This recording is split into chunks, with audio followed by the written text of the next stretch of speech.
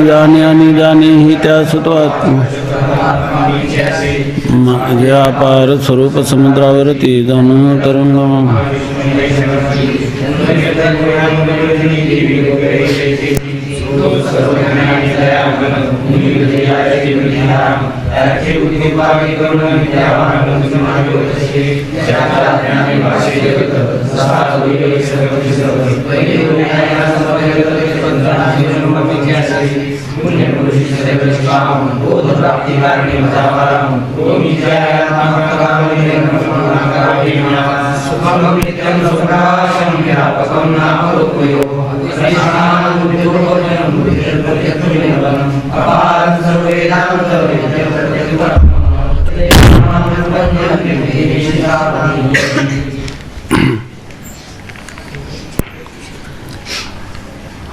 आत्मानंदाची सिद्धी. आता कालपासून शास्त्रारंभ झालेला आहे. शास्त्र म्हणजे वेदांत शास्त्र. वेदांत शास्त्राच्या विचाराचा आरंभ म्हणजे विचाररूप श्रवण या ठिकाणी प्रारंभ होत आहे. तर हे तत्वदृष्टी, अदृष्टी आणि तर्कदृष्टी हे तीनही बंधू श्री गुरुचरणाजवळ उपस्थित झाले आणि त्या मोठ्या बंधूने तत्वदृष्टीनं त्या ठिकाणी सर्व तिघांचं प्रतिनिधित्व केलं आणि शंका विचारली. तर त्या शंकेचं समाधान सांगत असताना साधारणपणे मुमुक्षूच्या अंतःकरणात कोणत्या शंका उत्पन्न होतात त्याच्यातही जो उत्तम अधिकारी आहे त्याच्या अंतःकरणात उत्पन्न होणाऱ्या शंका आणि त्याचं समाधान चौथ्या तरंगात केलेलं आहे. मध्यम अधिकाऱ्याला येणाऱ्या शंका आणि त्याचं समाधान हे पाचव्या तरंगात केलेलं आहे. आणि कनिष्ठ अधिकारी की जो जास्त तर्क करतो तर त्या तर्कप्रधान बुद्धी असणाऱ्या अधिकाऱ्याचं समाधान हे 6व्या तरंगात केलेलं आहे. तर त्याप्रमाणे या ठिकाणी वेदांत शास्त्राचा जो अधिकारी आहे तो आहे साधन चतुष्टय संपन्न. आणि तो एकदा श्रीगुरूंना शरण आला की त्याला त्याला पहिल्यांदा विचारतात तुला काय पाहिजे. तर त्याची इच्छा हीच आहे, कारण तो मुमुक्षू आहे म्हणजे त्याला मोक्षाची इच्छा आहे. तो मोक्षेच्छावान आहे म्हणजे परमानंदाची मला प्राप्ती व्हावी आणि दुःखाची आत्यंतिक निवृत्ती व्हावी असा श्रीगुरूंना प्रश्न करतो. तेव्हा श्रीगुरू त्याला प्रथम उत्तर हे देतात की तू स्वतःच म्हणजे तुझा आत्माच परमानंदरूप ब्रह्म आहे.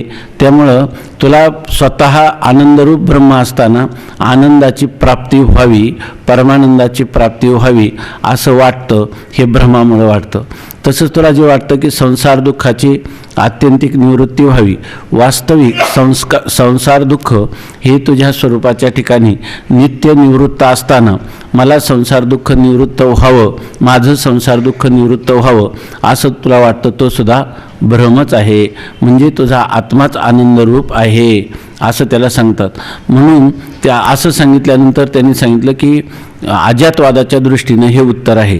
कारण ब्रह्म अजात आहे, कधी उत्पन्न झालं नाही, ते अनादी अनंत स्वरूपाचं आहे आणि ते आपलं स्वतःचं स्वरूप आहे.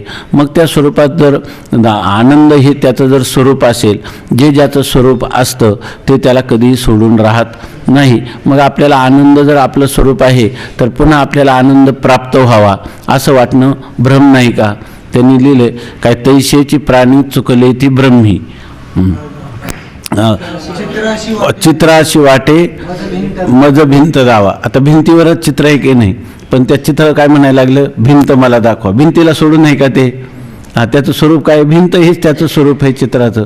पण ते चित्र म्हणायला लागलं की चित्राशी वाटे मज लेप द्यावा, गंधाशी वाटे मज लेप द्यावा. आता गंध आहे, गंध काय म्हणायला लागलं, मला लेप द्या, सुगंधी पदार्थाचा लेप द्या. सुगंधी पदार्थाचा म्हणजे त्याचा अर्थ त्या पदार्थाचं गंध हे काय आहे, स्वरूपच आहे. ते काय म्हणायला लागलं, मला लेप द्या.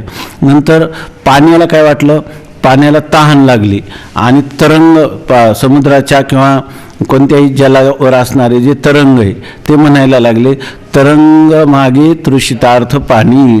ते म्हणतात मला फार तृषितार्थ म्हणजे तहान भागवण्याच्या इच्छेने तरंग काय म्हणायला लागला, मला पाणी द्या. का पाणी हेच त्याचं स्वरूप आहे. तैसेची प्राणी चुकले ती ब्रह्मी.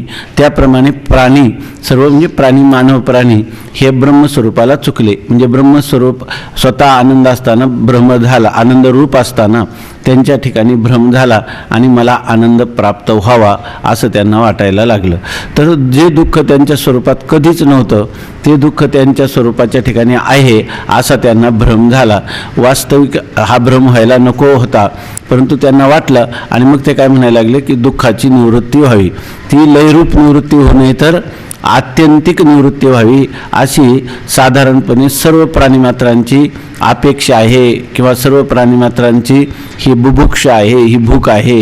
ही सुद्धा कारण काय आहे, जसं त्यांनी सांगितलं की निदैवाच्या परिवरी लोह्या रुतल्या आहती सहस्रवरी वरी बैसोनी उपवासू करी का दरिद्री जे.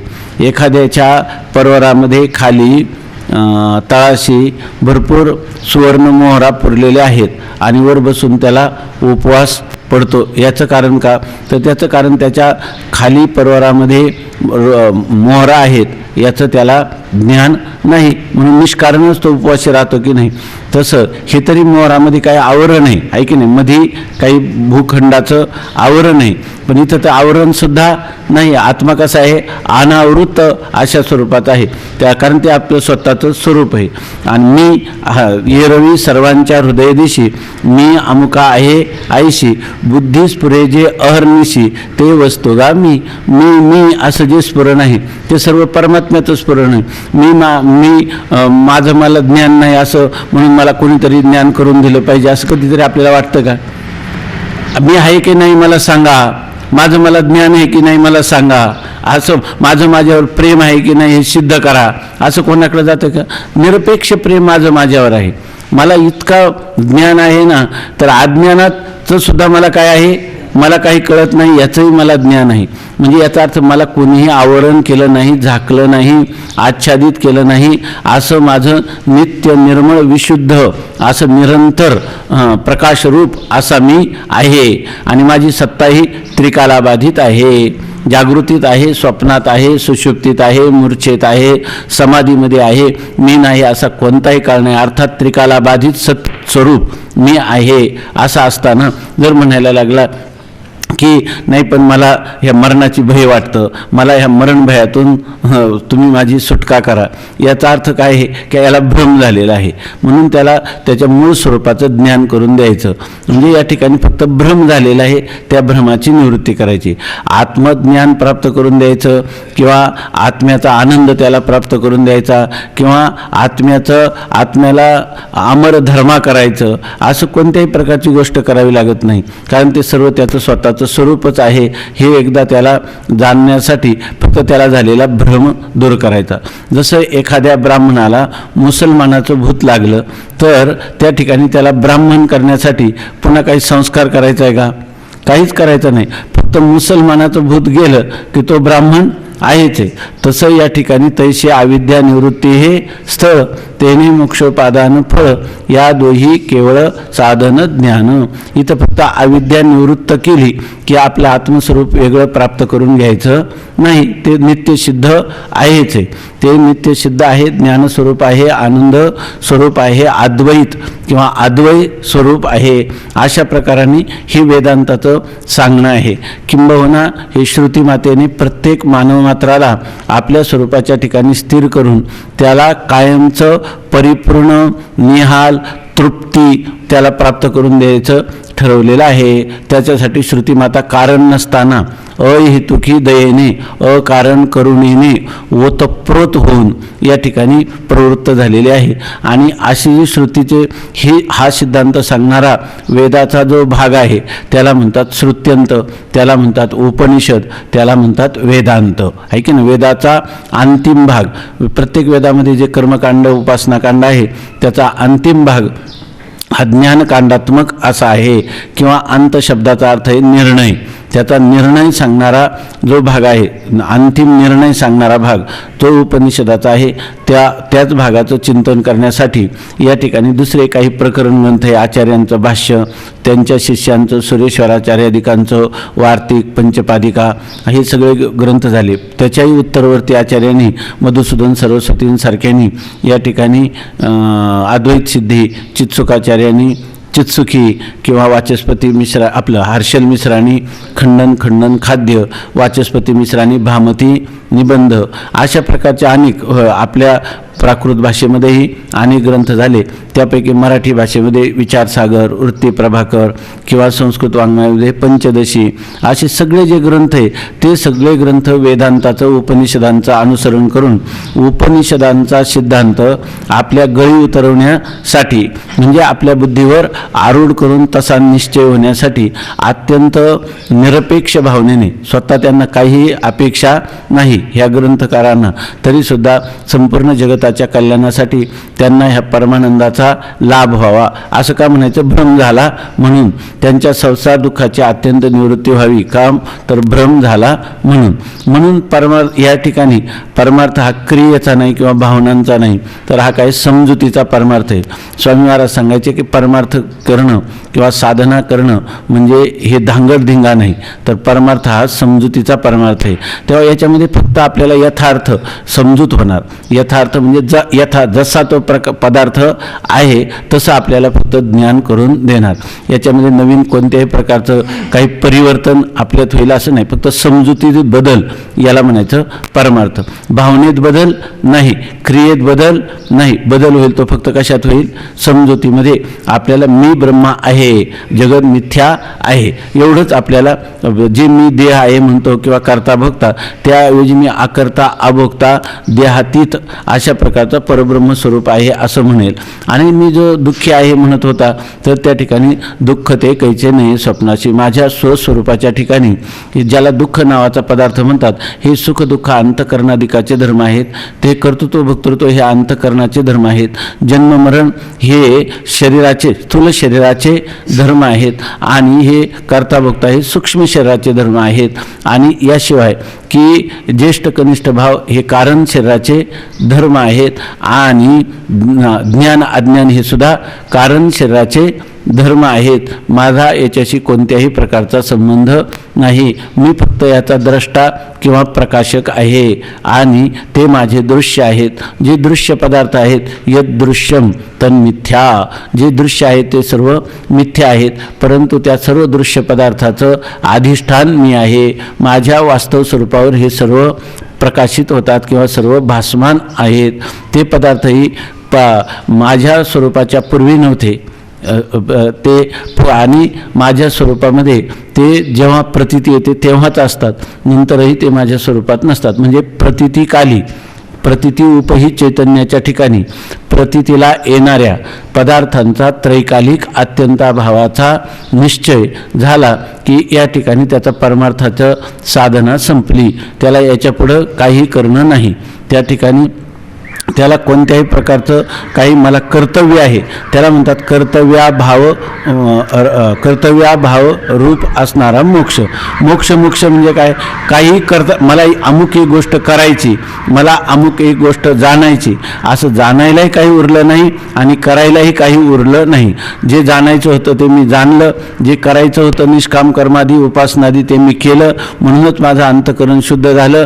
अंतःकरण शुद्ध झाल्यानंतर करायची गरज नाही, कारण त्या कर्माचं स्वरूप काय आहे, तर आपण केलेलं कर्म काय करतं, फक्त अंतःकरण शुद्धी करून देतं. चित्तस्य शुद्ध हे कर्म न तू कर्मस्य चित्तस्य शुद्ध हे कर्म न तू वस्तुपलब्ध हे. मला काही त्या वस्तूची प्राप्ती करण्यासाठी कर्माचा उपयोग नाही. कर्माचा जो उपयोग होता कर्म करून तो मी कर्म केलं, म्हणूनच अंतःकरण शुद्ध झालं. मला उपासना करण्याची गरज नाही, कारण अंतःकरण शुद्ध करणं, स्थिर करणं एवढंच त्या उपासनेचं कर्तव्य, तेही माझ्याकडून झालं. आता राहिलं होतं आवरण नावाचा दोष, तो आवरणसुद्धा गुरुकृपेने तोही दोष निवृत्त झाला. आणि मी सच्चिदानंद रूप ब्रह्म आहे हे मला संशय विपर्यय रहित ज्ञान झालं. आणि ते ज्ञान कशाने होतं तर ते तत्त्वमसी महावाक्याच्या चिंतनाने होतं किंवा श्रवणाने होतं. ते श्रीगुरू त्या उपनिषदातलाच अर्थाचा विचार तत्त्वमसी महावाक्याचं सांगतात आणि त्या वाक्याने महावाक्याने दृढ अपरोक्ष बोधच होतो.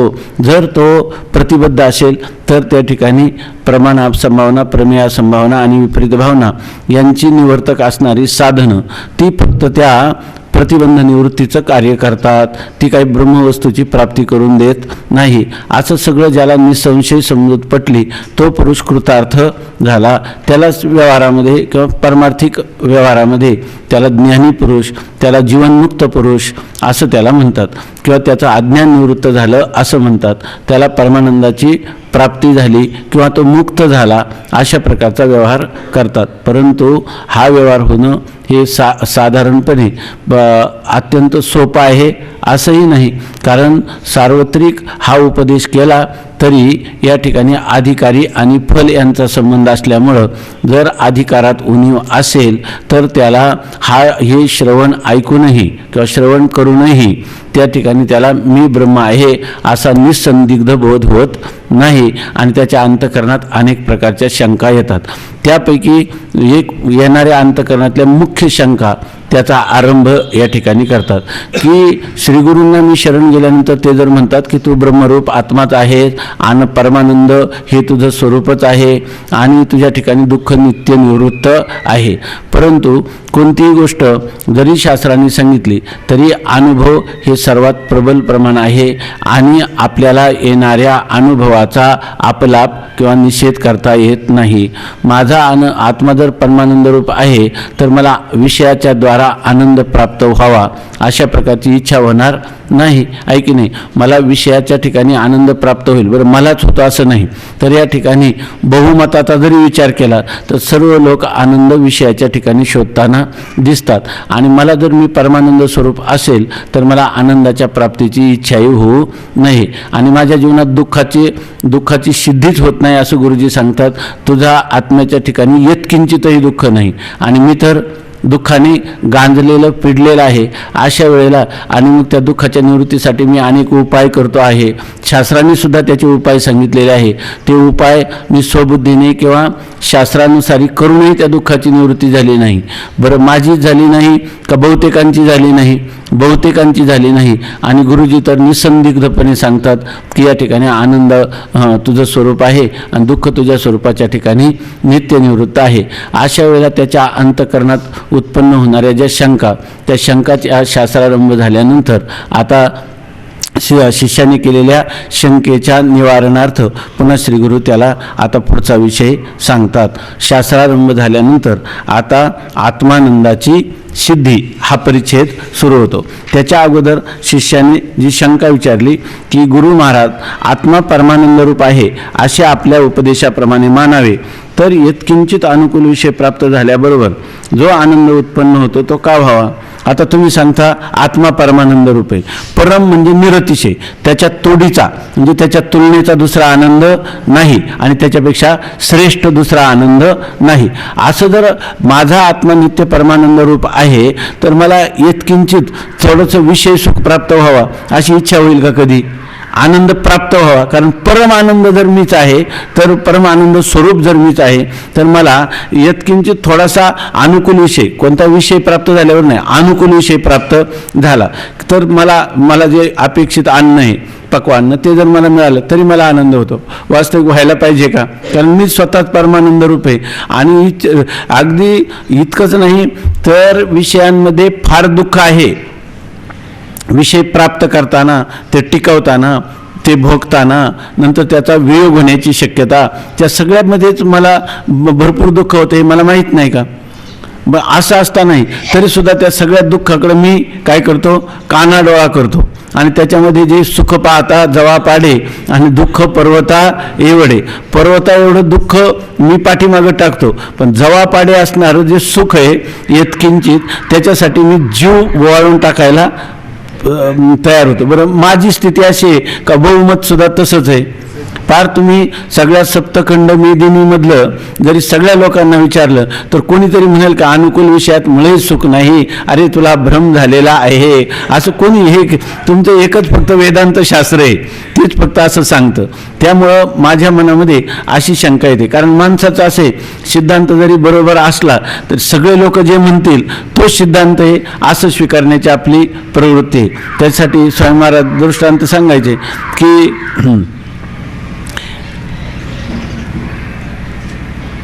एक धनगर, मला आता चांगलं आठवत नाही, तर एक धनगर होता आणि तो आपलं कोकरू जे आहे तर ते व्यालेलं कोकरू, ते त्या म्हणजे कोकरू म्हणजे मेंढी व्याली त्याचं ते कोकरू त्यांनी खांद्यावर घेतलं. आता ते लहान बाल आहे म्हणून तो घेऊन चालला रस्त्यावर. तर रस्त्याने जे लोक भेटले त्याच्यात काही लोक गुंड होते. त्यांनी सांगितलं की हे कोकरू जे आहे हे आपल्याला घ्यायचं, हा तर तसं काही देणार नाही. म्हणून त्या सगळ्यांनी सांगायला लागले, अरे तू मेंढपाळ आणि लांडगा हा मेंढपाळाला सगळ्यात विरोधी आहे की नाही, तो मेंढ्या खातो आणि तू खुशाल लांडगा आणि त्या लांडग्याचं पिलू तू खांद्यावर बाळगतो म्हणे, आता काही नाही पण पुढं तुझा कळप तरी ते जिवंत ठेवील का? तो म्हटला नाही अहो हे कोकरू आहे. त्यांनी सांगितलं नाही तू चांगला बारकाईनं पहा. त्यांनी पाहिलं, नाही म्हणे कोकरू आहे, तुम्हाला तुमच्याच बुद्धीमध्ये काहीतरी भ्रम झाला. रस्त्याने आता हे 7-8 जणांनी ठरवलेलंच होतं. ते म्हणे तू वेडा आहे का काय? पुढच्यानी विचारलं पुन्हा, तू लांडग्याचं पिलू कशासाठी चालवलं? तो म्हटला तुला मगाय तो मनुष्य असाच भ्रमिष्ट होता आणि तुला मात्र तू तसंच करायला लागला. असं प्रत्येकाने त्यांनी काही सोडलं नाही. पुढे गेल्यावर 2-4 जणांनी हे जेव्हा सारखी रिवडली त्यावेळेला शेवटी तो म्हणला 7वा आणि 8वा दोघे म्हणून एकत्र आले आणि त्यांनी सांगितलं की अरे काही झालं तरी भल्या माणसा तू मेंढपाळ आहेस आणि खुशाल लांडग्याचं पिल्लू तू बरोबर पाळतो. त्यांनी पाहिलं, म्हणला मलाच भ्रम झाला पाहिजे. एक माणूस म्हणेल बरोबर आहे पण 7-8 जण म्हणतात ना, त्याचा अर्थ त्यांनी ते कोकरू घेतलं. मग त्यांना कुठं ते काय करायचं होतं त्याप्रमाणे त्यांनी ते कोकरू घेऊन गेले. तसं ह्या तुझा आत्मा परमानंद स्वरूप आहे आणि विषयात सुख मुळीच नाही असं कितीही जरी सांगितलं तर बहुमताचा निर्णय काय होतो, मान्य होतो. म्हणून या ठिकाणी ह्या शिष्याला सुद्धा जे आत्तापर्यंत त्याचे जे संस्कार आहेत की जगत सत्यत्वाचे संस्कार त्याच्या ठिकाणी आहे, नंतर विषयात सुख आहे असेही संस्कार त्याच्या ठिकाणी आहे आणि जे अतिंद्रिय असणारं ब्रह्म तेच मी हे जे स्फुरण आहे त्याला वाटतं स्थूल शरीराला धरून आहे, कधी वाटतं सूक्ष्म शरीराला धरून आहे, कारण शरीराला धरून आहे. या सर्वांच्या आतीत मी नावाचा पदार्थ कुठं सिद्ध होतोय? मी जेव्हा जन्मतो आणि मरतो म्हणतो तेव्हा मी हा स्थूल शरीराला धरून आहे, मी करता भोगता आहे, मी सुखी दुःखी आहे म्हणतो तेव्हा सूक्ष्म शरीराला धरून आहे. मी नावाचा पदार्थ स्वतंत्र आहे का कुठं? तो शरीर म्हणजेच मी आहे. तो माझा मी स्थूल शरीराशी सूक्ष्म शरीराशी इतका तादात्म्यापन्न झालेला आहे.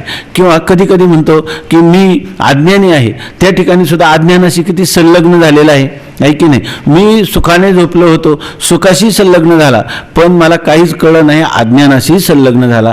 असा सगळ्या सर्वत्र अयम लोकव्यवहार हा त्या अध्यास भाषामध्ये म्हटले. हा लोकव्यवहार कुठे आहे?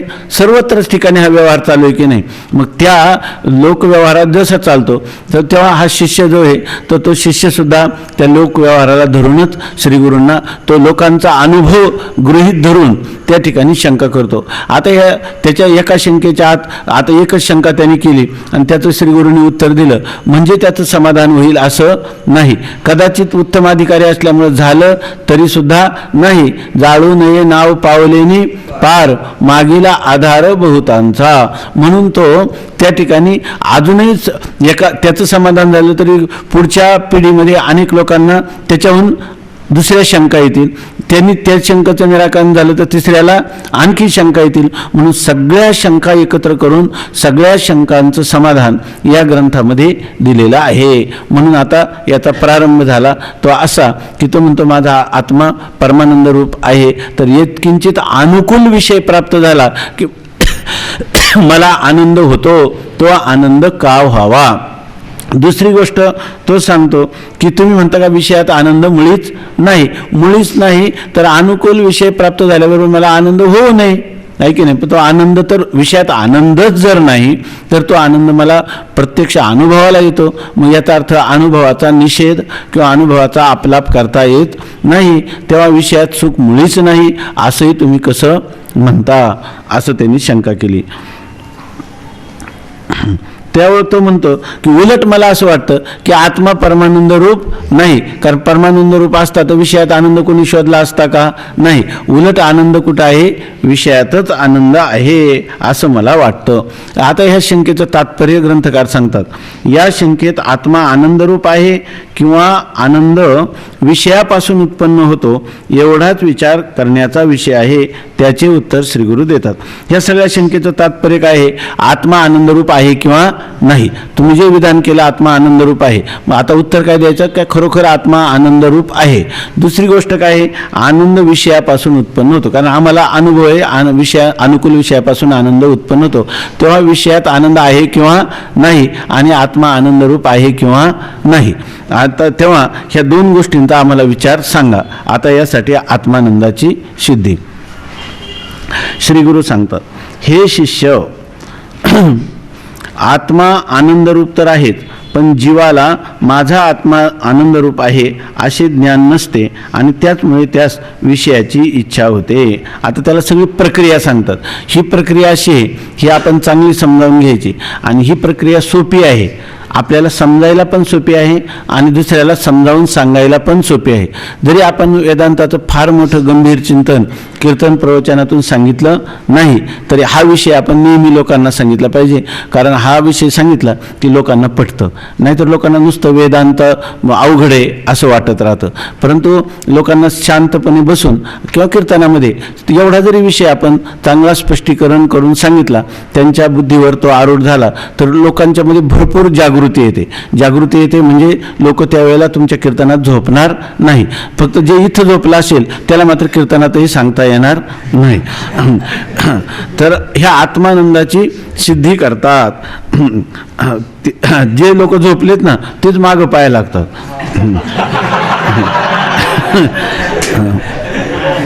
त्याच्यावरून सिद्ध होतं का बा हे झोपलेले नाहीत. ऐक ना, आत्मानंदाची सिद्धी. श्रीगुरु म्हणतात, हे शिष्य, आत्मा आनंदरूप तर आहेत, पण जीवाला माझा आत्मा आनंदरूप आहे असे ज्ञान नसते. जर एखादा जीव आनंदरूप आहे म्हणजे आत्मा आनंदरूप आहे, पण माझा आत्मा आनंदरूप आहे याचं त्यास ज्ञान नसतं आणि त्यामुळं त्याच्या ठिकाणी विषयाच्या द्वारा मला आनंद प्राप्त होईल अशा प्रकारची इच्छा उत्पन्न होते. जर त्याला आत्मा आनंदरूप आहे असं माहीत असेल, त्यांनी लिहिलं 5व्या अध्यायातल्या कोणत्या ओवी आहे की ज्याला ब्रह्मानंदाचं जर भान झालं की अनुभूती आली तर तो विषयाच्या दारात वनवन भिक्षा मागायला कशाला जाईल? की नेहमी म्हणतो आपण त्या वया, जो अमृताते ठी ठेवी तो कांजी केवी सेवी तैसा स्वसुखानुभवी न भोगी रिद्धी. सांगे कुमुददळाचे निताटे जो जेविला चंद्रकिरणी चोखटे तो चकोरू काय वाळवंटे चुंबिता आहती असती तो चुंबिता आहती ना आत्मलाभासारिखे गोमटे काहीच न देखे म्हणून भोग विषेखे हरिखे. जे ना आत्मलाभासारखं सुंदर काहीच नाही असं जर त्याला वाटलं तर ह्या विषय भोगाच्या ठिकाणी त्याला हर्ष निर्माण होईल का? होत नाही. परंतु जया ते स्वसुखाचे खराटे, ज्याला स्वसुख म्हणजे आत्मसुख माहीत नाही तयासीच विषय हे गोमटे आवडती, त्याला हे विषय आवडतात. अशा प्रकारची खरी काय आहे स्थिती आहे. तेच या ठिकाणी तो शिष्य सांगतो आपलं, त्याला श्रीगुरु सांगतात की तुझा आत्मा खरा आनंदरूपच आहे, पण आत्मा आनंदरूप आहे याचं तुला ज्ञान नाही. त्यामुळं विषयापासून अनुकूल विषयापासून सुख होईल अशी तुझ्या अंतःकरणात इच्छा उत्पन्न होते. इच्छा झाली म्हणजे विषय प्राप्तीच्या खटपटी जीव लागतो, त्यावेळी बुद्धी चंचल होते. आणि इच्छा झाली की अमुक विषय प्राप्त झाला तर त्यापासून मला सुख होईल, मग त्या विषय प्राप्तीच्या प्रयत्नाला तो जीव लागतो. मग तो विषय मला कधी प्राप्त होईल, तो सुखाचा क्षण माझ्या जीवनात कधी येईल, काही ऐशे भाग्य लाहता होईन, आहे की नाही, की जो इच्छित विषय तो मला कधी प्राप्त होईल. असं म्हणताना त्याचं अंतःकरण चंचल होतं का त्याचं अंतःकरण स्थिर राहतं? त्याचं अंतःकरण चंचल होतं. कारण इच्छा एकदा झाली की तेथ इच्छा ही कुमारी झाली, ते कामाची या तारुण्या आली, तेथ द्वेषेशी मांडली वराडिक. म्हणजे काम इच्छा म्हणजे काय? इदम मे शात इति इच्छा काम शब्दिता. इच्छा ही लहान स्वरूप आहे, मला अमुक विषय प्राप्त व्हावा, पण तो प्राप्त झाला तरच माझं कल्याण आहे, नाही झाला तर माझं काय आहे, काही जगून उपयोग नाही. म्हणजे आता ती इच्छाच काय झाली? कामाच्या तारुण्याला प्राप्त झाली. आणि मग काम पूर्ण नाही झाला का त्या ठिकाणी काय होतं? द्वेष निर्माण होतो. काम पूर्ण झाला तर लोभ उत्पन्न होतो, आहे की नाही. म्हणून काम येशा क्रोध येशा, काम येशा क्रोध येशा रजोगुण समुद्भवा, काम येश क्रोध येश रजोगुण समुद्भवा महाशनो महापापमा विद्येनम इह वैरिनम. का तर हाच काम हाच क्रोध आहे असं म्हणतात भगवान. रामसुखदाजींनी भरपूर चिंतन केलं. हाच काम हा क्रोध काय? काम वेगळा आणि क्रोध वेगळा. मग तुम्ही म्हणता काम हाच क्रोध आहे. अहो तो काम जर पूर्ण झाला नाही का क्रोध निर्माण होतो की नाही? मग कामाच्या अपूर्ततेतच क्रोध आहे का नाही? मग तो कामाचीच एक अवस्था आहे की नाही? म्हणून का जेथ काम उपजला तेथ क्रोध आधीचे असे आला, बरोबर ना. पुढे काय? मग क्रोधी असे ठेविला समोह जाणे, समोहा झाली या व्यक्ती नाशू पावे स्मृती, चंडवाती वाती आहत जैशी, आहे की नाही. अशा प्रकारे जोराचा वारा आला की ते लगेच ती वात विजून जाते. त्याचप्रमाणे पुढं काय आहे ऐका. पुढं असंच ज्या ठिकाणी काम उत्पन्न झाला का क्रोध आधीच आला असं समजायचं. कामाची अपूर्तता झाली का क्रोध आलाच म्हणून समजा. याचा अर्थ सर्वाला मूळ कोण आहे? इच्छा, आहे की नाही. पुन्हा इच्छा, विषयाची इच्छा निर्माण होते. मग विषयाची इच्छा जेव्हा निर्माण होते तेव्हा मन चंचल होतं का मन स्थिर राहतं? अर्थातच मन चंचल होतं. इच्छित विषय प्राप्त झाल्याबरोबर क्षणमात्र बुद्धी स्थिर होते. इथं बुद्धी शब्द योजला, आपण मन असं म्हणत होतो. मन बुद्धी एकच अर्थ आहे. या ठिकाणी बुद्धी ज्या वेळेला त्या विषयाची इच्छा होते त्यावेळेला चंचल होते. आणि जो इच्छित विषय, ज्या विषयाची इच्छा आपण केली तो विषय प्राप्त झाला की बुद्धी काय होते? स्थिर. झालं बा काम एकदाच. आपल्याला जसं व्यवहारात घडतं तसंच ज्या कामासाठी आपण रात्रंदिवस तळमळ करतो तर ते एकदा प्राप्त झाल्यावर आपल्याला, तर काल एक माणूस भेटला आम्हाला, तर तो म्हटलाय की माझं 43 लाख रुपये बुडत होते, त्याचे मी 2.25 वर्ष रात्रंदिवस कष्ट केले आणि रात्री म्हणजे काय भाग्य आज मला अगस्तीचं दर्शन करायला यायचं. आणि तुम्ही अशा वेळेला आले की आता कृष्ण महाराज आहेत का? तर ते म्हणे की मला रात्री शांत झोप आली. तर ते शांत झोप का आली? ते म्हणे माझं 43 लाख पेमेंट एकदम माझ्या ताब्यात आलं, त्यामुळे माझा मोठा प्रश्न सुटला. म्हणजे 43 लाखांनी त्याला जोपर्यंत इच्छा पूर्ण नाही झाली तोपर्यंत 2 वर्ष झोप आली नाही. आणि प्राप्त झाल्याबरोबर त्याची इच्छा पूर्ण झाल्यावर त्याचे मन स्थिर झालं की नाही. स्थिर बुद्धी स्थिर झाल्यामुळं त्याची बुद्धी आपल्या अधिष्ठानात नसेल झाली पण कारणात मात्र लीन होऊ शकली. कारण अधिष्ठानात लीन होणं हा फार मोठा पुरुषार्थ आहे. परंतु माणसाला झोप जरी शांत लागली तरी त्यांनी भरपूर काही जीवनामध्ये मिळवले. कारण जो मनुष्य चंचल बुद्धीचा असतो किंवा दुष्ट कर्म करण्याचे संस्कार ज्याच्या ठिकाणी असतात ते पहिलं जर कार्य करत असतील, माणसाने स्वयंमारा सांगायचे की आपल्या दिवसाभर केलेल्या दैनंदिनी आपली योग्य आहे का अयोग्य आहे. लोक जे म्हणतात ना, जोडून या धन उत्तम व्यवहारे उदास विचारे वेच करी, किंवा ह्या सगळ्या जे काय आचारसंहिता सांगितली त्या अभंगामध्ये, तर त्याप्रमाणे जर आपल्या जीवनात घडलं नसेल, आणि त्या पण कोणाचं दुष्ट माणसाचं नाही सांगत की ज्याला काही का होईना शास्त्र संस्कार आहेत आणि म्हणजे जो थोडा का होईना मंद का होईना जिज्ञासा ज्याच्या अंतःकरणामध्ये आहे किंवा भक्तीविषयी काही प्रेम आहे किंवा कर्मसिद्धांत वेदाचा त्याच्यावर त्याचा विश्वास आहे, असा जर मनुष्य असेल तर त्या अंतर्मुख मनुष्याला जर रात्री झोप आली नाही, लवकर झोप आली नाही, शांत झोप आली नाही, तर त्याने असं विचार करायचा की याच्यापैकी माझं कुठं काही न्यूनता आहे की काय असा विचार करायचा, असं ते स्वामी महाराज सांगायचे की त्या मनुष्यानं जर जीवनामध्ये जे काही शास्त्रविरुद्ध जर आपल्या जीवनामध्ये घडत असेल तर ते त्याला झोप येऊ देत नाही. म्हणजे याचा अर्थ आपल्याला जर शांत झोप आली तर याचाच अर्थ असा आहे की आपली दैनंदिनी जशी व्हायला पाहिजे तशी झाली, आणि जर नसेल येत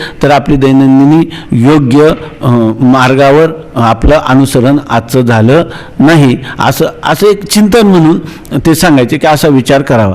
तर आता इच्छित विषय प्राप्त झाल्यावर क्षण मात्र बुद्धी स्थिर होते आणि मग त्याला काय होते, झोप लागते. त्या स्थिर झालेल्या अंतर्मुख बुद्धिवृत्तीत आनंदरूप आत्म्याच्या आनंदाचे भान होते. आता काय झालं की जर ती बुद्धी स्थिर झाली का, स्थिर झाले जसं पाणी, आपण अनेक वेळा चिंतन करतो, पाणी कधी गढूळ असतं, पाणी कधी चंचल असतं, आहे की नाही, आणि पाणी कधी शुद्ध असतं, आणि शुद्ध असून कधी कधी स्थिर नसतं, शुद्ध असतं पण स्थिर नसतं, कधी कधी स्थिरही असतं आणि शुद्धही असतं. मग सूर्याचं किंवा चंद्राचं प्रतिबिंब जर गढूळ पाण्यात पडलं तर सूर्यबिंब सुद्धा गढूळ वाटतं, जर ते चंचल असलं तर सूर्यबिंब हल्ल्यासारखं वाटतं, आणि ते जर स्वच्छ आणि स्थिर असेल जणू काही आकाशातला सूर्य उतरून ह्या पाण्यामध्ये आला असं वाटतं. त्याप्रमाणे आपली अंतःकरण वृत्ती जर चंचल असली तर त्याच्यामध्ये त्या अंतःकरण वृत्तीचं अधिष्ठान कोण आहे, त्याच्याबरोबर कुटस्थ चैतन्य, साक्षी चैतन्य, आनंदरूप आत्मा हे त्याचं अधिष्ठान आहे. आणि त्या अधिष्ठानावर बुद्धी काय आहे, आध्यस्थ आहे किंवा अंतःकरण आध्यस्थ आहे, आणि त्या अंतःकरण शुद्ध सत्वात्मक असल्यामुळे त्याच्यामध्ये पडलेलं आत्म्याचं प्रतिबिंब आहे. आणि या तिघांना मिळूनच काय म्हटला जातो, जीव. केवळ कुटस्थाला जीव म्हणतात का, केवळ चिदाभासाला म्हणतील का, केवळ बुद्धीला म्हणता येतं का, तिने मिळूनच जीव होतो. मग मला जेव्हा आनंद प्राप्त होतो तेव्हा माझी अंतःकरण वृत्ती काय असली पाहिजे, स्थिर असली पाहिजे, तरच त्या ठिकाणी त्या आत्मानंदाचं प्रतिबिंब पडेल. तुम्ही म्हणाल बुद्धीचं आत्मानंदाचं प्रतिबिंब पडतं, ती स्थिर असो की चंचल असो तरी प्रतिबिंब पडतं का नाही, पडलं तरी सारखं हालतच राहतं, स्थिर नसल्यावर हालतच राहतं, आहे की नाही. तसं त्या ठिकाणी याचं जे सुख आहे ते सुख सारखं डोलायमान होत राहतं. म्हणजे त्याला जरी ते प्राप्त झालं तरी त्याला वाटतं हे टिकल का नाही, हे काय कायम राहील की नाही, गेल्यावर माझं कसं होईल का, अनेक प्रकारचं त्याला त्याच्याविषयी अंतःकरणामध्ये ही चंचलता जी आहे ती त्या सुखाची अभिव्यक्ती योग्य रीतीनं होऊ देत नाही. ही गोष्ट आपल्याला आता समजावून सांगतात. इच्छित विषय प्राप्त झाल्याबरोबर क्षणमात्र बुद्धी स्थिर होते. त्या स्थिर झालेल्या अंतर्मुख बुद्धिवृत्तीत, तिथं बुद्धी बहिर्मुख का होते, आपलं बुद्धी अस्थिर का राहते, बहिर्मुख. बुद्धी किंवा अंतःकरण म्हणजे अंतःकरण, करण म्हणजे ज्ञानाचं साधन, अंतःकरण म्हणजे आतमध्ये असणारं ज्ञानाचं साधन. आतमध्ये म्हणजे शरीराच्या आतमध्ये, म्हणजे सर्व शरीराला व्याप्त करणारं जेवढं शरीर आहे त्या सगळ्या शरीरामध्ये अंतःकरण राहतं. अंतःकरण म्हणजे काही लोक म्हणतात हृदयात राहतं मन, मन हे हृदयात राहतं. हृदय म्हणजे काय, हृदय आयम, म्हणजे या सगळ्या शरीराला व्याप्त असणारं जे अंतःकरण आहे त्या अंतःकरणाचं अधिष्ठान चैतन्य सुद्धा सर्व शरीराला व्याप्त आहे. परंतु ते चैतन्य जे आहे ते आतही आहे, बाहेरही आहे आणि मध्ये आहे. नांतन्न मध्यन्न बहिस्मरंतः कौपीनवंतः खलु भाग्यवंतः. काय अवघडल्यासारखं नाही ना, ठीक चाललंय ना.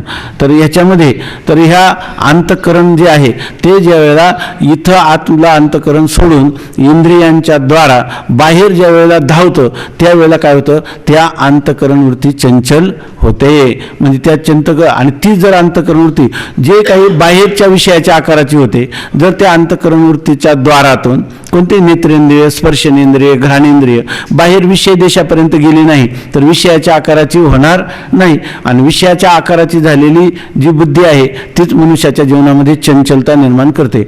पण ती वृत्ती जर अंतर्मुख झाली, मग अंतर्मुख म्हणजे आत कोण आहे, आत्मा, सगळ्यांचं अधिष्ठान. त्या अधिष्ठानाकडं जर ती वृत्ती जर गेली तर त्या ठिकाणी ती वृत्ती काय होते, स्थिर होते. खऱ्या अर्थाने पाहिलं तर वृत्तीला स्थिर करण्यासाठी अस्थिर सगळे विषय कसे आहेत, तुझं विण काही स्थिर आहे ऐसे नाही. परमात्म्या वाचून एकही वस्तू ह्या विश्वामध्ये स्थिर नाही. आणि त्या अस्थिर वस्तूच्या द्वारा आपण अंतःकरणाच्या वृत्तीला स्थिर करण्याचा प्रयत्न केला तर कधीतरी अंतःकरण वृत्ती स्थिर होईल का, कधीही होणार नाही. म्हणून सर्वात जास्त महत्त्वाचं असेल, आपण साधं म्हणतो आमका मनुष्य फार अभ्यासात चांगली त्यांनी प्रगती झाली आणि याची झाली नाही, आपण काय म्हणतो तो मनुष्य जरा अंतर्मुख आहे. याचा अर्थ तो बाह्येंद्रियांचा काय करतो, निग्रह करतो. म्हणजे बाह्येंद्रियांचा निग्रह करतो. मन जे बाहेर धावतं त्या मनाचा देखील निग्रह करतो आणि त्याचा अधिष्ठान वास्तव काय आहे याच्यासाठी तो गंभीर अशा प्रकारचं चिंतन करू शकतो. त्याचं कारण काय आहे, तो आनंदी असू शकतो. त्याला विषयातल्या दुःखाने तो पिडला जात नाही. विषयात त्याला आपण म्हणतो ना काय अस्मिता, काय राग द्वेष अभिनिवेश, राग द्वेष अविद्या अस्मिता आणि अभिनिवेश हे जे पंचक्लेश आहेत, हे पंचक्लेश त्याला त्रास देत नाही.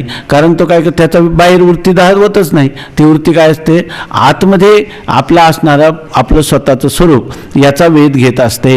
म्हणजे थोडक्यात बहिर्मुख वृत्तीमध्ये कधीही आत्मानंदाचं भान होणार नाही. त्यासाठी वृत्ती कशी असली पाहिजे, अंतर्मुख. आणि वृत्ती अंतर्मुख झाली का त्याच्यासाठी आपण नेहमी चिंतन करत असतो. जहाजावरचा पक्षी आहे आणि तो पक्षी उडाला आणि अथांग समुद्रातलं जहाज आहे. तर त्यांनी काय केलं की आपल्याला आता कुठंतरी शांतपणे विश्रांतीला प्राप्त व्हायचं. तर त्या आकाशात उड्डाण घेतलेला तो पक्षी आकाशात कोणत्या वृक्षाच्या कोणत्या फांदीवर बसेल आणि कुठंच शांतपणे घरटं बांधून कुठं विश्रांती करेल, कुठंच विश्रांती करणार नाही. त्याला पुन्हा कुठे यावं लागेल, जहाजावरच यावं लागेल. म्हणून त्या मीराबाईंचं कोणाचं पद आहे, जहाज का पंछी फेर फेर जहाज पर आवे. तसं आपण कितीही भराऱ्या विषयांच्या रानामध्ये मारल्या तरीसुद्धा किंवा विषयरूपी असणारं अथांग आकाश त्याच्यामध्ये कितीही आपण विषयाचा शोध घेतला तरीसुद्धा सुख सापडणार नाही. त्या ठिकाणी सुख कुठं आहे, मूळ सुखच ज्या ठिकाणी नाही त्या ठिकाणी जर आपण सुखाचा शोध घेण्याऐवजी ज्या ठिकाणी मूलभूत सुखाचा स्रोत आहे आपला आत्मा आणि त्या आत्म्याचं ज्ञान किंवा त्या आत्म्याचा आनंद मिळतो कोणाला, अंतर्मुख अशा पुरुषाला. म्हणजे ज्याने आपल्या अंतःकरणाची वृत्ती इंद्रियांद्वारा विषयांपर्यंत न जाता तिला निरुद्ध करून सत्संगामध्ये सत्शास्त्राच्या द्वारे अंतर्मुख होऊन आपल्या वास्तव स्वरूपाचा ज्याने शोध घेतला आणि तो शोध जर त्याला गुरुकृपेने, ईश्वर कृपेने, अंतःकरण कृपेने आणि शास्त्रकृपेने मी स्वतःच आनंदरूप ब्रह्म आहे असा निश्चय झाला तर त्याला काय आहे, आनंदाचे डोही, आनंद तरंग अशा प्रकारची स्थिती आहे. आणि ह्या ज्या गोष्टी आहेत ह्या तत्त्वज्ञानामध्ये हे अकाट्य सिद्धांत झालेले आहे. बहिर्मुख पुरुषाला आनंद मिळणार नाही, अंतर्मुख पुरुषालाच आनंद मिळेल. नसेल तर तुम्ही शोधत राहा, किती शोधलं तरी तुम्हाला पुन्हा कुठे यावं लागेल, तिथंच यावं लागेल. फक्त होईल काय तर त्याला तुम्हाला कांदे खाऊन, मिरच्या खाऊन किंवा जोडे खाऊन पुन्हा कुठे यावं लागेल, 100 रुपये तुम्हाला जसे परत द्यावे लागतील त्याप्रमाणे आनंदाचा शोध हा आत्मस्वरूपाच्याच ठिकाणी करावा लागेल. कारण आत्म्याच्या अतिरिक्त कोणताही पदार्थाच्या ठिकाणी सुख नाहीच हे मुळी, आहे की नाही. जर तुम्हाला वाटतं तर तुमचा भ्रम आहे, तो सुखाभास आहे, ते वास्तव सुख नाहीच मुळी, अशा प्रकारची स्थिती आहे. म्हणून श्रीगुरु त्याला हळूहळू असं सांगतात की बुद्धी स्थिर होते आणि स्थिर झालेल्या अंतर्मुख बुद्धिवृत्तीत आनंदरूप आत्म्याच्या आनंदाचे भान होते. भान होते म्हणजे त्या आनंदरूप असणाऱ्या आत्म्याचं त्या स्थिर बुद्धीमध्ये प्रतिबिंब पडतं. विषय प्राप्ती आणि स्थिर बुद्धीत आत्मानंदाचे भान एकाच काली होत असल्यामुळे विषय प्राप्तीने माझ्या ठिकाणी आनंद उत्पन्न झाला असे जीवास वाटते. मात्र पण वास्तविक आनंद आत्म्याचाच असतो. आता सांगतात, आता आपला अनुभव आहे की नाही की आपल्याला अनुकूल विषयाची प्राप्ती झाली, बरोबर आहे ना, तर त्यावेळेला आनंद होतो की नाही. आणि म्हणून तर आपल्याला वाटतं की हा आनंद कोणाचा आहे, विषयाचा आहे, आत्म्याचा आनंद नाही. तर होतं कसं हे त्यांनी सांगितलं का स्थिर बुद्धीमध्ये आत्मानंदाचं भान होतं. पण बुद्धी स्थिर कशामुळे झाली, विषयाची प्राप्ती झाली, अनुकूल विषयाची प्राप्ती झाली म्हणून आपली बुद्धी स्थिर झाली. बुद्धी स्थिर झाली की त्याच्यात आत्मानंदाचं भान झालं. अशा प्रकारचं घडलं की नाही. पण आता खरं सांगा, अनुकूल विषयाची प्राप्ती अगोदर होते बरोबर. अनुकूल विषयाची अगोदर इच्छा निर्माण होते, नंतर त्या विषयाची काय झाली आपल्याला प्राप्ती. इच्छा उत्पन्न झाल्यावर चंचल होती, विषय प्राप्त झाल्यावर काय झाली ती स्थिर झाली. स्थिर बुद्धीत नंतर काय झालं आत्मानंदाचं भान झालं. बरोबर आहे की नाही. मग अशा वेळेला आपल्याला काय वाटतं की हा आनंद विषयापासून झाला, पण तुम्ही म्हणता हा आनंद विषयाचा नाही, तो आत्म्याचाच आहे. मग आत्म्याचाच आहे तर आम्हाला आत्म्याचा का वाटत नाही, आम्हाला तो झालेला आनंद विषयापासून झाला असं का बरं वाटावं अशी शंका येते की नाही. तुमचा सिद्धांत काय आहे, तो आनंद आत्म्याचा आहे. आमचा सिद्धांत काय आहे, तो आनंद कोणाचा आहे, विषयाचा. ते म्हणतात बाबा रे तुला हा भ्रम कशामुळे झाला ते सांगतो, म्हणजे तुला ही शंका राहणार नाही. काय झालं की तुला अनुकूल विषयाची प्राप्ती झाल्यावर तुझी बुद्धी स्थिर झाली. स्थिर बुद्धीमध्ये त्या आत्मानंदाचं भान झालं. पण बुद्धी स्थिर होण्याच्या पूर्वी तुला काय झाला होता, विषय प्राप्त झाला होता. पण ह्या विषयाची प्राप्ती म्हणजे कोणत्या अनुकूल विषयाची प्राप्ती, बुद्धीची स्थिरता आणि त्या स्थिर बुद्धीमध्ये आत्मानंदाचं भान, ह्या गोष्टी 5-5 मिनिटाच्या अंतराने होत गेल्या का एकाच वेळेला झाल्या, एकाच वेळेला झाल्या. मग तुला काय झालं, तुला हे याचा निवाडा करता आला नाही का हा आत्मानंद आहे का हा विषयाचा आनंद आहे. कारण काय झालं, विषयाची अनुकूल विषयाची प्राप्ती, आत्मानंदाचं भान आणि आपलं बुद्धीची स्थिरता आणि आत्मानंदाचं भान, ह्या सगळ्या गोष्टी एक समवायावच्छेदे करून म्हणजे एकाच युगपत अशा प्रकारचं घडल्यामुळं मनुष्याच्या बुद्धीला निवाडा करता येत नाही की हा आनंद विषयाचा आहे की आत्मानंदाचा. भ्रमाने त्याला वाटतं ज्या अर्थी विषय प्राप्त झाल्याबरोबर हा आनंद झाला त्या अर्थी हा आनंद आत्म्याचा नसून तो आनंद कोणाचा आहे, विषयाचा आहे असा भ्रम होतो. आपल्याला पटत चाललं की नाही, आपल्याला कळत चाललं का पटत चाललं हे हा कळलं पण आणि पटलं पण. हे कळावं आणि पटावं म्हणूनच सांगतात आहे की नाही. कळावं आणि पटावं एवढ्यानेच कार्य होतं. याच्या ठिकाणी आपल्याला झेपावं, आपण त्याच्यात रंगून जावं हा शास्त्रकारांचा मुळीच उद्देश नाही आहे की नाही. का शास्त्रकारांचा हाच उद्देश आहे. आपण कळलं का म्हणलं का म्हणायचं, पुढे म्हणलं पाहिजे काय पटलं, आणि पटलं झेपलं का म्हणलं तर म्हणलं काय पाहिजे रंगलो आहे की नाही. पटलं का म्हणलं पाहिजे, पटायचं काय त्याच्यामध्ये, आणि त्याच्यामध्ये पटणं काय विशेष गोष्ट आहे. झेपायचं काय मिथ्या पदार्थ ते विषय, त्याच्यात काय झेपायचे ते आपल्या स्वरूपाच्या ठिकाणी नाही. ते आनंद माझं स्वरूप आहे, त्याच्यात काय झेपायचे, आम्ही त्याच्यात रंगून गेलो आहे की नाही. असं व्हावं हे ह्या शास्त्रकारांचा काही उद्दिष्ट आहे. बरोबर का, दुसरं काय उद्दिष्ट आहे. मग कळलं का,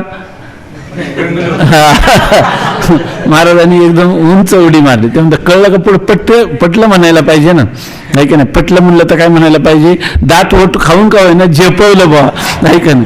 तर डायरेक्ट ते काय म्हणतात रंगलं म्हणतात आहे की नाही. त्यांच्या तोंडात साखर पड.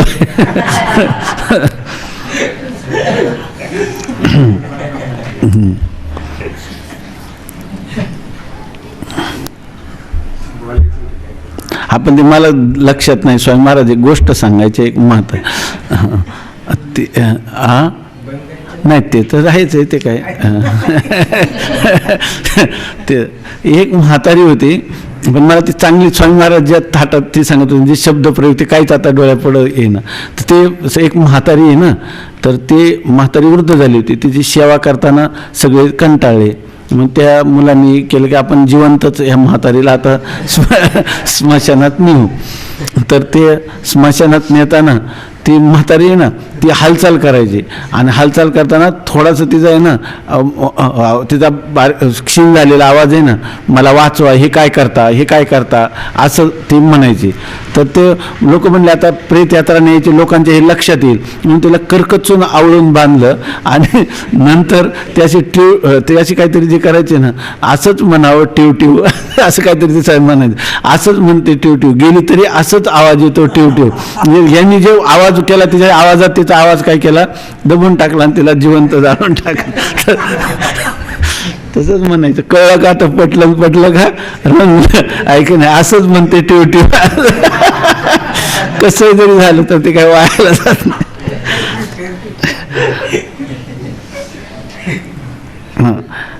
आता विषय प्राप्ती आणि स्थिर बुद्धीत आत्मानंदाचे भान एकाच काली होत असल्यामुळे विषय प्राप्तीने माझ्या ठिकाणी आनंद उत्पन्न झाला असे जीवास वाटते. मात्र पण जीवाला काय वाटतं, विषय प्राप्तीने आनंद झाला, मात्र पण वास्तविक आनंद आत्म्याचाच असतो. तो आनंद कोणाचा आहे, आत्म्याचाच आहे.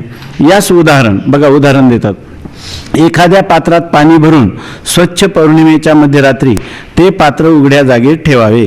त्यावेळी जर पाणी स्थिर व स्वच्छ असेल तर त्या पाण्यात चंद्रबिंब स्पष्ट दिसते आणि वाऱ्यामुळे किंवा अन्य कारणाने पाणी हलू लागले तर त्यात चंद्रबिंबाचे भान होत नाही. त्याप्रमाणे जेव्हा बुद्धी स्थिर असते तेव्हा त्या बुद्धीत आत्मरूप आनंदाचे भान स्पष्ट होते आणि ज्यावेळी पुन्हा विषयाची इच्छा उत्पन्न होते त्यावेळी बुद्धी चंचल असल्यामुळे आत्मानंदाचे भान होत नाही. यावरून आनंदरूप आत्माच आहे, विषयात आनंद मुळीच नाही हे सिद्ध झाले. आता हे उदाहरणाचा आपण अगोदरच विचार केलेला आहे. अगदी शरद ऋतूतील पौर्णिमेचं जरी रात्र असली आणि शुद्ध आणि स्थिर पाणी असेल तर चंद्राचं प्रतिबिंब चांगल्या प्रकारे पडेल. वाऱ्याने हल्ली तर ते प्रतिबिंब हल्ल्यासारखं होईल. तसंच म्हणतात, ज्या वेळेला बुद्धी स्थिर असते, अनुकूल विषय प्राप्त झाल्यावर त्यावेळेला बुद्धीत काय होतं, आत्मानंदाचं भान होतं. परंतु जो अनुकूल विषय प्राप्त झाला त्यावेळेला ती बुद्धी स्थिर झाली. पण ज्या वेळेला आपल्याला दुसऱ्या विषयाची इच्छा होते उत्पन्न, त्यावेळेला बुद्धी पुन्हा काय होते, अस्थिर होते आणि मग अस्थिर बुद्धीमध्ये आत्मानंदाचं भान होत नाही. वास्तविक आनंदरूप कोण आहे, आत्माच आहे. पण त्या आत्म्याचा आनंद का भान होत नाही, याचं कारण बुद्धी चंचल झाली म्हणून. त्या ठिकाणी मग म्हणजे आत्मानंदाचं भान कधी होतं, बुद्धी स्थिर असली तर आत्मानंदाचं भान होतं, बुद्धी स्थिर नसली तर आत्मानंदाचं भान होत नाही. म्हणजे खरं याचा अर्थ काय आहे, आनंद कुठं आहे, फक्त आत्मस्वरूपाच्या ठिकाणी. पण बुद्धी स्थिर झाली की त्याचं भान होतं, बुद्धी स्थिर नसेल तर त्या आत्मानंदाचं भान होत नाही. याचा अर्थ असा नाही का विषयामध्ये आनंद आहे. विषयामुळे काय होतं, ज्या क्षणी बुद्धी स्थिर होते त्या ठिकाणी आत्मानंदाचं भान होतं आणि बुद्धी जेव्हा स्थिर नसेल तेव्हा आत्मानंदाचं भान होत नाही. याचा अर्थ विषय प्राप्तीवर हे अवलंबून आहे असं नाही. त्याच्यात आणखीन विचार येईलच पुढं, 6व्या तरंगात हे अधिक येईल. खरं आपल्याला काय वाटतं की आत्मानंदाचं भान होतं कुठं, स्थिर बुद्धीमध्ये. पण आपल्याला असं वाटतं की स्थिर बुद्धी जरी झाली तर कधी झाली, जेव्हा विषय प्राप्त झाला तेव्हा. म्हणजे जर तो कोणाची विषय अनुकूल विषयाच्या प्राप्तीने बुद्धी स्थिर झाली त्यावेळेला जो आनंद आहे तो कोणाचा आहे, आत्म्याचाच आनंद आहे. बरोबर आहे ना, कोणाचा आनंद आहे, आत्म्या. आता दुसरं एक गोष्ट आहे, समजा विषय प्राप्ती वाचून विषया वाचून जर कोणाची बुद्धी एखाद्या अंतर्मुख मनुष्याच्या वरती बाहेर धावत नसेल तर स्थिर राहील की नाही, त्याला विषय आहे का, नाही. आणि बुद्धीचे स्थैर्य आहे की नाही, का उलट विषयाकडे गेलेली बुद्धी कधीच स्थिर होत नाही, विषयाकडे गेलेली बुद्धी स्थिर होत नाही. अनुकूल विषय प्राप्त झाला तर त्याची जी स्थिरता आहे ती शाश्वत स्वरूपाची राहते का ती अनित्य आहे, ते अनित्य. मग त्याचा अर्थ त्याला जर वाटत असेल की विषयापासून बुद्धी स्थिर होते तर स्थिर होते म्हणण्यापर्यंतच ती काय होते, पुन्हा अचंचल होते. अनंत बुद्धीचे तरंग क्षणक्षणा पालटती रंग, दररोज आता संग तो होय बाधक. अशा प्रकारची स्थिती सावध आहे ना. याच्यामध्ये जरी काही झालं तर सावधपणाने ऐका. आपलं काय चाललं होतं किंवा हे कीर्तन प्रवचनामध्ये हा विषय लोकांना अज्ञात असतो, तो जर आपण मांडला तर त्या लोकांना काय होतं, ही गोष्ट कळून येते. मग हळूहळू विचारामध्ये त्यांची प्रवृत्ती होते की परमार्थ कशाचा आहे, विचाराचा आहे. आणि हा विचार जो आहे तो सगळ्यांच्या अनुभवाचा आहे की नाही, जर आपण सांगितलं तर कळेल की नाही. आता आपलं चिंतन हे चाललंय, बुद्धी स्थिर बुद्धीमध्ये आत्मानंदाचं भान होतं. स्थिर बुद्धी होण्यासाठी काही विषय प्राप्त करावे लागतात का, अनुकूल विषयाच्या प्राप्ती वाचून देखील बुद्धी स्थिर होऊ शकते, होऊ शकते, आहे की नाही. जर तुम्ही एकाच नामाची आवृत्ती केली, एकाच भगवंताच्या रूपाचं तैल धारावत चिंतन केलं तरी सुद्धा तुम्हाला बुद्धी स्थिर होईल का नाही, का बुद्धी स्थिर व्हायला ही लौकिक विषयच पाहिजे, आहे की नाही. त्याला काय, जर तुम्ही त्याला म्हणतात तुष्णी अवस्थेचा अभ्यास केला, एक वृत्ती निघून गेली आणि दुसरी वृत्ती अजून उत्पन्न झाली नाही, मधला जो संधिकाल आहे, बरोबर की नाही, त्याच संधिकालात बुद्धीने तुमचा कोणता आकार धारण केलाय, कोणताच आकार धारण केला नाही. म्हणजे बुद्धी स्थिर आहे का नाही तुमची, तिच्यामध्ये आनंद होतो की नाही. याच्यामध्ये हे तर जाऊ द्या परमार्थिक चिंतनाचं. साधं आता ह्या काळामध्ये जर एकदम एखाद्या माणसाचा एअर कंडिशनमध्ये बसवलं, आपण घामाघूम झालं, आहे की नाही, पलंग वगैरे सर्व आहे, एअर कंडिशन आहे, सुगंधी फुलं आहेत किंवा चंदनाचा लेप दिलेला आहे, तर त्याला आनंद वाटतो की नाही आणि लगेच तो गुणगुणायला लागतो. आता आता त्याला जे पाहिजे ते सगळं प्राप्त झालेलं आहे, काही प्राप्त करायची इच्छा पण राहिली नाही, बुद्धी काही नाही, कोणत्याही प्रकाराने अस्थिर नाही. त्यावेळेस सुद्धा तो आनंदाने गुणगुण करायला लागतो की नाही. त्याला विचारलं काय विषय, कशामुळं करतो, कोणताच त्याला विषय नाही, कारण त्याला वृत्तीला कोणतंही आलंबन विषयाचं नाही, तरी सुद्धा तो आनंदात आहे की नाही. मग त्या ठिकाणी बुद्धी स्थिर आहे का नाही, मग ती स्थिर विषय कोणता प्राप्त म्हणून आहे का, नाही. आता इथं म्हणता नाही येणार, कारण त्याला विषय प्राप्त झालेत ना अनुकूल सगळे, आहे की नाही. इथं पण बुद्धी आपल्या चिंतन याच्यासाठी विषय प्राप्त झाले म्हणूनच झाले ना. त्याच्या ठिकाणी दुसऱ्या विषयाची दुसऱ्या विषयाची इच्छा झाली तर काय होईल, लगेच तर माऊलीसारखं म्हणायला लागेल, चंदनाची काय माझी सर्वांग पोळी, कानवन माळी वेगी भेटावा का, सुमनाची सेज शीतळ हो मिकी फळे आगी सारिकी, तुम्ही गातसा सुस्वरे ऐकून दावी उत्तरे, कोकिळेवर जावे तुम्ही बायन. हे कोणतं सुख आहे, विषयातलं सुख आहे, ऐकी नाही. आणि त्याच्यामुळे काय होते, बुद्धीची स्थिरता होती, ती तात्कालिक स्वरूपाची होते. मग खरा पुरुषार्थ आहे विषयांच्या द्वाराला बुद्धी स्थिर करून आत्मानंदाचं भान करून घ्यायचं का फक्त बुद्धी स्थिर करायची, बुद्धी स्थिर करायची. उलट विषयांच्या द्वारा करणं हे आपल्या हातात आहे. म्हणजे त्या सुखाची अभिव्यक्ती करणं, ह्या सुखाची अभिव्यक्ती करण्याला पुरुष प्रयत्न स्वतंत्र आहेत का, नाही, ऐकी नाही. परमार्थिक साधनं वेदानुकूल किंवा महात्म्याने ज्यांचं अनुमोदन दिलेलं आहे अशी साधनं केली तर बुद्धी निश्चित स्थिर होईल, ती चिरकाल स्थिर होईल, तिच्यात मालिन्य जाईल, तिच्यातली अस्थिरता जाईल आणि तिच्यामध्ये आत्मानंदाचं भान अधिक व्यक्त होईल. आणि पुढे पुढे जाऊन आपल्याला त्याचं फल काय होईल, अनुभवात पर्यवसान होईल. चांगलं लक्षात येते ना. मग आपल्याला जो भ्रम वाटत होता आतापर्यंत विषयात आनंद, विषयात आनंद आहे, आपण काय म्हणू, विषयाच्या परित्यागात आनंद आहे की नाही, विषयाच्या परित्यागात आनंद आहे. म्हणून वेदांतांनी खूप गोड गोड उदाहरणं दिलेली.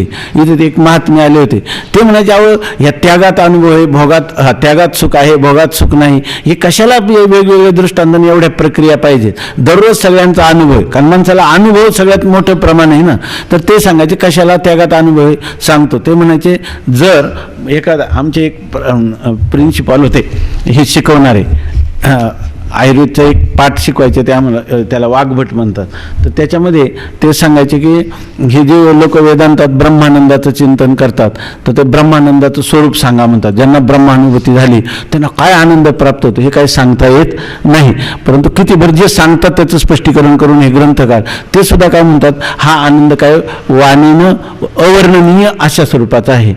परमात्म्याचं स्वरूप हे काय मन वाचातीत तुझे हे स्वरूप मनोनी माप भक्ती केले असं सांगतात. परंतु शेवटी काय म्हणतात, हा आनंद काय आहे, अनुभवाची नोहे बोला ऐसे. पण ते म्हणजे मला त्याचं थोडं स्पष्टीकरण करता येईल. त्याचं कारण ते सांगायचे की एखादा मनुष्य जर ज्याला कोणाला त्याला मलावरोध किंवा मलबद्धता म्हणतात किंवा मूळव्याध वगैरे विकार असतात, आम्ही त्याचे गिराईक आहे, तर त्याच्यामध्ये त्या माणसाला ज्या दिवशी शौचाला साफ होते त्यावेळेला त्याला सर्वात जास्त आनंद वाटतो. ब्रह्मानंद त्याला माहीत नाही, पण साधारण ब्रह्मानंदाची कल्पना करता येते.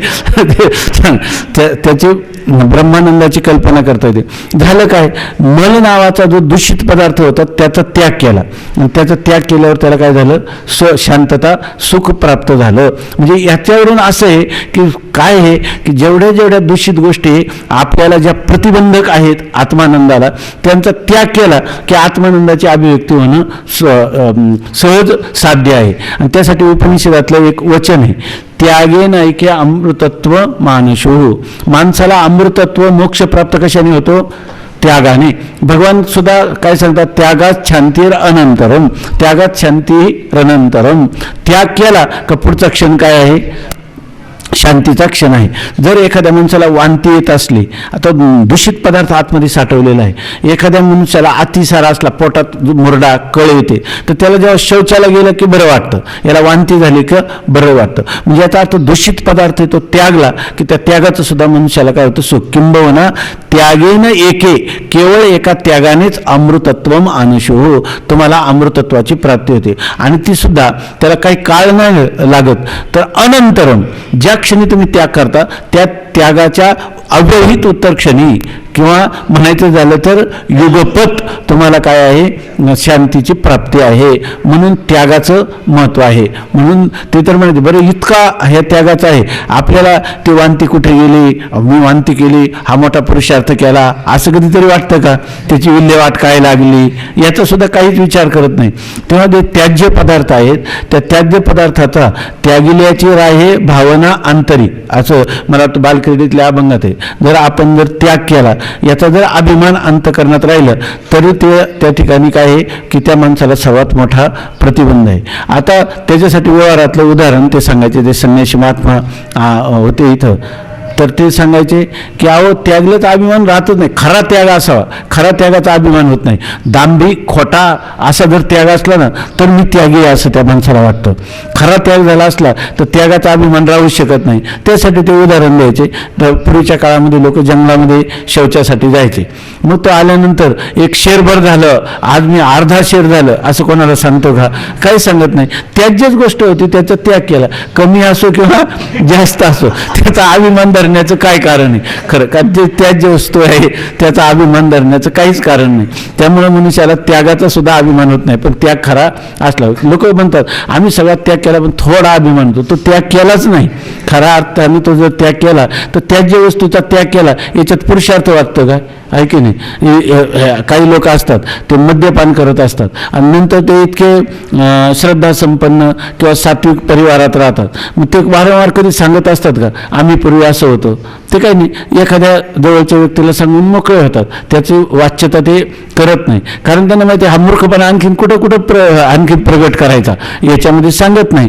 तसंच त्यागाचा जो अनुभव आहे, त्यागापासून प्राप्त होणारी जी शांती ती ज्या त्यागाने प्राप्त झाली त्या त्याग ह्या साधनाचा अभिमान राहत नाही. खरा त्याग जो आहे, जसं वृत्ती अहम ब्रह्मास्मी इत्याकारक वृत्ती झाली की ती अज्ञानाचा नाशक करते आणि ती कशी आहे स्वपर निर्वाहक, तसा त्याग आपला खरा त्याग असेल तो त्यागच काय आहे? स्वपर निर्वाहक आहे. तो काय करतो? अत्यागाला घालवतो आणि स्वतःही निवृत्त होतो आणि आपल्या स्वरूप स्थितीला अवशिष्ट ठेवतो. अशी खरी स्थिती आहे. तर आता हा दृष्टांत पाहिला ना की त्यांनी सांगितलं जेव्हा बुद्धी स्थिर असते तेव्हा त्या बुद्धीत आत्मरूप आनंदाचे भान स्पष्ट होते आणि ज्यावेळी पुन्हा विषयाची इच्छा उत्पन्न होते त्यावेळी बुद्धी चंचल असल्यामुळे आत्मानंदाचे भान होत नाही. ज्यावेळेला इच्छित विषय प्राप्त झाला, स्थिर झाली, आत्मानंदाचं भान झालं. दुसऱ्या विषयाची इच्छा झाली, बुद्धी चंचल झाली की आता त्या ठिकाणी आत्मानंदाचं भान होत नाही. म्हणजे याचा अर्थ जो जो आनंद विषय भोगकालीही प्राप्त होतो तो आनंद कोणाचा असतो? विषयाचा नसून आत्म्याचाच आनंद असतो. फक्त ती चंचल झालेली विषय अनुकूल विषयाच्या प्राप्तीसाठी चंचल झालेली जी बुद्धी ती त्या अनुकूल विषयाच्या प्राप्तीनंतर स्थिर होते, परंतु त्या स्थिर बुद्धीमध्ये आनंदाचं भानही होतं, परंतु त्या आनंदरूप आत्म्याच्या आनंदाचं भान होतं, ते विषयानंदाचं भान होत नाही, कारण विषयात आनंद मुळीच नाही. यावरून आनंदरूप आत्माच आहे, विषयात आनंद मुळीच नाही हे सिद्ध झाले. आता हे सिद्ध झालं म्हणजे आपल्याला कळलं की नाही? हे आपल्याला कळलं म्हणजे अगदी कळलं ना, चांगलं, मला वाटलं का पटलं. यावरून आनंदरूप आत्माच आहे, विषयात आनंद मुळीच नाही हे सिद्ध झाले. हे सिद्ध झाले म्हणजे हे आपल्याला कळले आहे की नाही? हे आपल्याला पटले. आता राहिले काय? मग फक्त झेपण्याचं आणि रंगायचं राहिलं. जो विषय नाही त्याच्यात झेपायचं काय आणि रंगायचं काय? आहे की नाही? त्याच्यामुळे जो आहेच आहे त्याला झेपून घ्यायचं काय? ते आपलं स्वरूपच आहे. त्याच्यात रंगायला आपणच त्याचं स्वरूप झालं. आता रंगायचं तरी काय? हा सुद्धा भ्रमच आहे का नाही? मग हा आत्मा आपल्याला कळावा हा पुरुषार्थ आहे का? पटावा का? झेपावं का? रंगावं का? हे सगळं मिथ्या वाटावं हे सुद्धा काय आहे? सगळं मिथ्याच आहे. कपाळ मारत का? रंगलं पाहिजे, रंगायला वृत्ती वगैरे पाहिजे ना पदार्थ. पहिलं उत्तर कोणत्या दृष्टीने दिलं? अजातवादाच्या दृष्टीनं. की आपलं लहान मुलांचं चाललेलं हे काय त्याला काय म्हणतात बालभाषेमधलं हे काय आपलं बोलणं आहे. पंचदशीमध्ये विचारसागरामध्ये अशा प्रक्रिया येतात आणि ते झालं का आपल्याला खूप आनंद वाटतो. सांगणाऱ्याला वाटतो आनंद, ऐकणाऱ्याला वाटतो आनंद, आणि ग्रंथाचं खूप ऐश्वर्य आहे असं वाटतं. सोमवार एक संन्यासी महात्मा आले होते. ते 8 महिने हिमालयात कुठेतरी गिरीकंदरामध्ये राहायचे आणि ज्या काळात आता बर्फ सुरू होतं त्या काळात ते खाली उतरायचे हिमालयातून आणि मग सगळ्या भारताचं जितकं होईल तेवढं भ्रमण करायचे. ते आळंदीला आले होते तेव्हा पंचदशीचं चिंतन चालू होतं. मला वाटतं तृप्तिदीप किंवा कुटस्थदीप कोणता तरी विषय चालू होता. स्वामी महाराज त्याचं व्यवस्थित त्याचं स्पष्टीकरण करून सांगत होते. ते या ठिकाणी ते पण बसले. बसल्यावर ते स्वामी महाराजांनी पाठ सांगितलं. ते आपले डोळे दाखवून बसले. त्यांनी काही म्हणजे काही बोलले नाही मध्ये पाठात, काही नाही. पाठ झाल्यानंतर त्यांना मराठी कळत पण नव्हती, पण विषय संस्कृत असल्यामुळे त्यांना त्याचं काय विषय चालला याचं आकलन होत होतं, पण ते बोलले नाही पाठामध्ये. मग स्वामी महाराजांनी नंतर त्यांना विचारलं सगळं, ये ठीक चल रहा है का? ये बाल भाषा में तो ठीक आहे म्हणजे. आम्हाला वाटलं की काय पंचदशीचा ग्रंथ चालला, अद्वैत सिद्धीपेक्षा आपल्याला जास्त आनंद येतो का त्याच्यामध्ये. तर ते म्हणणे येतो बाल भाषा में तो ठीक आहे. म्हणजे याचा अर्थ परमात्मा स्वरूपाच्या ठिकाणी कोणतीच भाषा नाही. आणि हे अध्यारोप, अपवादन, हे चिंतन, ही भाषा तुम्ही करता, ही कोणती भाषा आहे? बाल भाषा का? स्वरूपाच्या ठिकाणी भाषा आहे. ते कोणतं तर न बोलेशी करा वाचा, उपाधीचा संबंध, अशा प्रकारचं तिथं कोणत्याही प्रकारची भाषा नाही. ते किर अनाम अजाती, माझी अविद्या वर्गाच्या राती, अविद्या वर्गाची राती माझी ओळखावया श्रुती खून केली. एक प्रकारचा केलेला संकेत म्हणजे हे असं असणारं बोलणं आहे. या सगळ्या गोष्टी आपल्या लक्षात ठेवायच्या की आपल्या जीवनामध्ये जेव्हा आपल्याला अध्यात्माने आपण संपन्न हो, जेव्हा तुकाराम महाराजांनी जे सांगितलं ना, काय कोणतं जाणूनी नेनते करी, हे सगळं जाणायचं पुन्हा काय नेनते करी माझे मन, तुझी प्रेम खून दावनिया. या ठिकाणी आपल्या जीवनाची जी संकल्पना आहे परिपूर्ण जीवनाची, ती संकल्पना ज्ञानेश्वर महाराजांची, तुकाराम महाराजांची स्वीकारली तरच आपल्याला बरं आहे. नाहीतर ह्या वेदांताच्या प्रक्रिया आपल्याला काय करतील? अभिमान निर्माण होतील. जर भगवंताचं प्रेम अंतःकरणात निर्माण झालं तर हे सगळं जाणून देखील आपण काय हे मेहनत आहे ऐके नाही. व्युत्पत्ती आघिवी विसरी जे, जगा धाकुटे होई जे, आणि तै जवळीक माझी, तरच खरी आपल्याला आत्मस्वरूपाची किंवा आत्मस्वरूप असणारा जो परमात्मा आला नावा रूपा, त्याचे खरा आनंद घ्यायचा असेल तर ज्ञानोत्तर प्रेम लक्षणात्मक भक्तीचा आपण आस्वाद केला पाहिजे. आणि ती योग्यता संपादन करण्यासाठी कोणताही अभिमान असता कामा नाही. आणि तो कशाने प्राप्त होईल तर आपल्याला ज्याला तो पाहिजे त्याला तो मिळेल, आणि ज्याला पाहिजे नाही त्याला मिळणार नाही. म्हणून आपल्या संकल्पना अशा असल्या पाहिजे, जाणवणी नेनते करी माझे मन, तुझी प्रेम खून दावनिया, मग मी व्यवहारी असेन जेवी जळात पद्मपत्र, देखोनी न देखे प्रपंच हा दृष्टी, स्वप्नीच्या सृष्टी चेल्या जेवी, ऐकोनी नाहीके निंदास्तुती कानी, जैसा का उन्मनी योगीराज. तुका म्हणे ऐसे झालिया वाचून, करणे तो सीन वाटत से. मला मध्ये एक प्रमाण राहिले बहुतेक, मागं पुढं झालं तर नाही, तर असं स्वप्नीच्या सृष्टीचे ऐकोनी नाही ते झालं. जैसा का उन्मनी योगीराज, ऐकोनी नायकेनी देखील परंच हा सृष्टी दृष्टी, स्वप्नीच्या सृष्टी चेल्या जेवी. अशा आपल्या जीवनात जर संकल्पना असेल तर आपला शब्द पांडित्याचा कधी अभिमान होईल का? कधीही होणार नाही. आपल्याला शब्द छलाकडे आपली कधीही प्रवृत्ती होणार नाही.